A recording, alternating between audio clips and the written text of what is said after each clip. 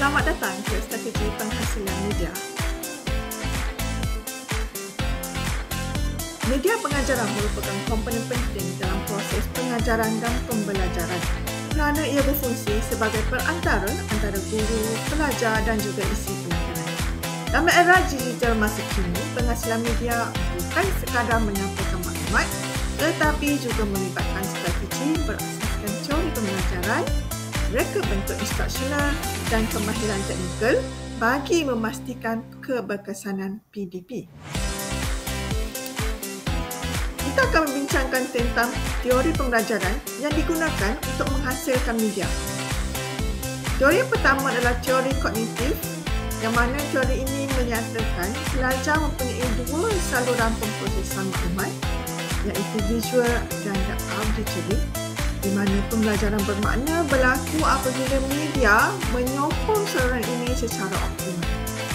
Contohnya, dalam merancang video pengajaran, kita harus menggabungkan narasi dengan grafik untuk mengurangkan beban kognitif dan meningkatkan pemahaman. Seterusnya, teori konstruktivisme, yang mana pembelajaran berlaku dalam konteks sosial melalui interaksi dan scaffolding, yang mana media kolaboratif ini diperlukan untuk memperkukuh pembinaan pengetahuan. Contohnya, kita harus sediakan bahan media untuk kerja secara berkumpulan dan juga sesi perbincangan. Teori yang ketiga adalah teori pembelajaran bermakna, yang mana teori ini menyatakan pelajar perlu belajar lebih baik daripada apabila bahan berkait dengan pengetahuan sedia ada dan bermakna. Media digunakan untuk membantu dengan menyediakan konteks dan input visual. Contohnya, dalam pengajaran kita gunakan advanced organizer yang berkaitan dengan pengalaman murid, diikuti dengan bahan penerangan yang membina pengetahuan sedia ada. Teori yang seterusnya ialah teori pembelajaran auditory visual, yang mana kajian ini menunjukkan bahawa menggunakan dua saluran teori meningkatkan pemprosesan dan pemahaman maklumat. Contohnya, kita gunakan video dengan audio narasi dan teks ringkas bersama dengan grafik untuk meningkatkan ingatan maklumat.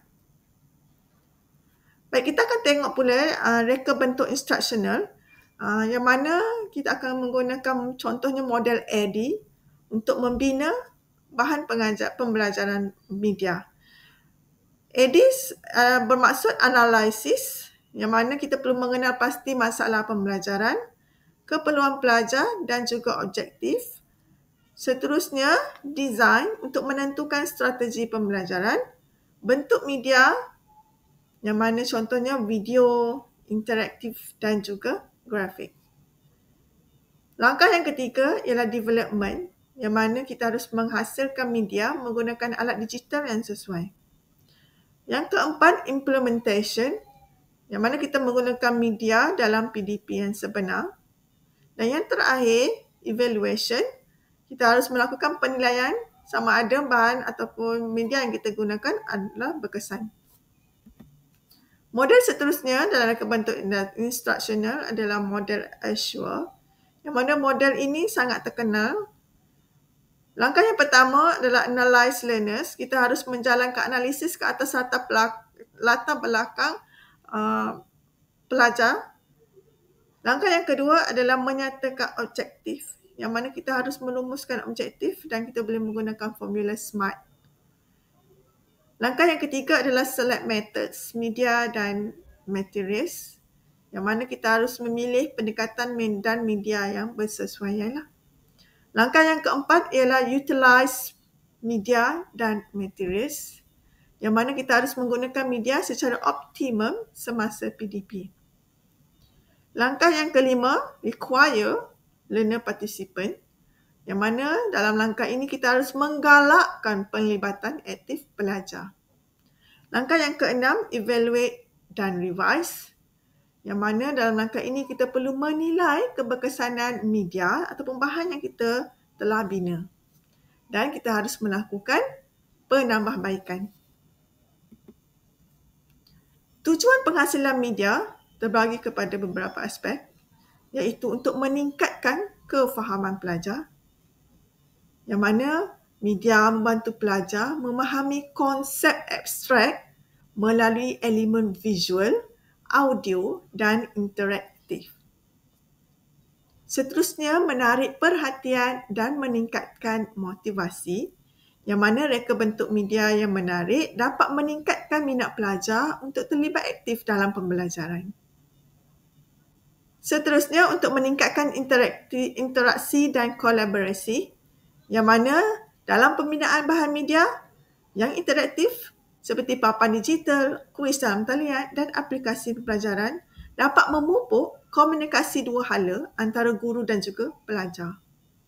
Dan yang terakhir, dapat menyokong pembelajaran kendiri di mana bahan yang dibina oleh pelajar boleh mengakses bahan media di luar waktu kelas untuk memperkukuh konsep melalui ulang kaji sendiri.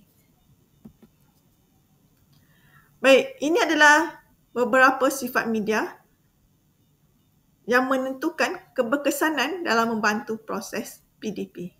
Antaranya, media yang dihasilkan perlulah mempunyai sifat interaktif, yang mana media ini membolehkan pelajar berinteraksi secara dua hala dengan kandungan, guru ataupun sistem yang dibina. Sifat yang kedua ialah visual, yang mana media yang menekankan penggunaan imej, grafik, warna dan pergerakan bagi menarik perhatian pelajar. Sifat yang ketiga adalah auditory, yang mana media yang menggunakan bunyi, muzik atau rakaman suara bagi menyampaikan mesej pembelajaran. Sifat seterusnya adalah adaptive, yang mana media boleh disesuaikan mengikut tahap kebolehan pelajar dan konteks pembelajaran. Seterusnya, fleksibel, yang mana media ini boleh digunakan dalam pelbagai situasi PDP, seperti secara bersemuka, atas talian atau hybrid. Seterusnya, accessibility, yang mana media harus boleh diakses oleh semua pelajar, termasuk pelajar berkeperluan khas. Media diklasifikasikan kepada dua kategori, iaitu media cetak dan media bukan cetak. Antara media bukan cetak ialah visual, digital dan interaktif, media audio visual. Dan media bercetak adalah bahan yang kita gunakan. Terdapat beberapa kebaikan dalam penggunaan media. Contohnya, menyokong objektif pengajaran, meningkatkan kefahaman dan ingatan, merangsang minat dan motivasi pelajar, menyokong pembelajaran aktif dan kolaborasi, menyokong inovasi PDP. Terdapat beberapa kelemahan dalam penggunaan media, antaranya kebergantungan yang berlebihan kepada teknologi, masalah akses dan kemudahan infrastruktur, terutamanya sekolah yang berada di luar bandar yang tidak mempunyai kemudahan internet. Kekurangan kemahiran guru dalam reka bentuk media, gangguan dan tumpuan pelajar berkurang, dan yang terakhir adalah isu etika dan keselamatan cyber. Kesimpulannya, media elemen pembelajaran dan pengajaran bukan sekadar adalah alat bantu mengajar, tetapi komponen utama yang mempengaruhi keberkesanan PDP. Kita harus menggunakan media mengikut model reka bentuk instruksional yang telah disarankan bagi memastikan kesesuaian isi kaedah dan hasil pembelajaran supaya media yang kita hasilkan strategik dan terancang. Seterusnya, media dapat meningkatkan motivasi, kefahaman, daya ingatan dan pelibatan pelajar. Selain menjimatkan masa, guru serta menyokong pembelajaran kendiri untuk meningkatkan kualiti PDP. Seterusnya, yang terakhir, cabaran dan keperluan yang guru perlu hadapi, di mana guru perlu didedahkan kepada kemahiran reka bentuk dan penggunaan media digital bagi mengelakkan salah guna atau kebergantungan semata-mata pada teknologi tanpa strategi pedagogi yang jelas.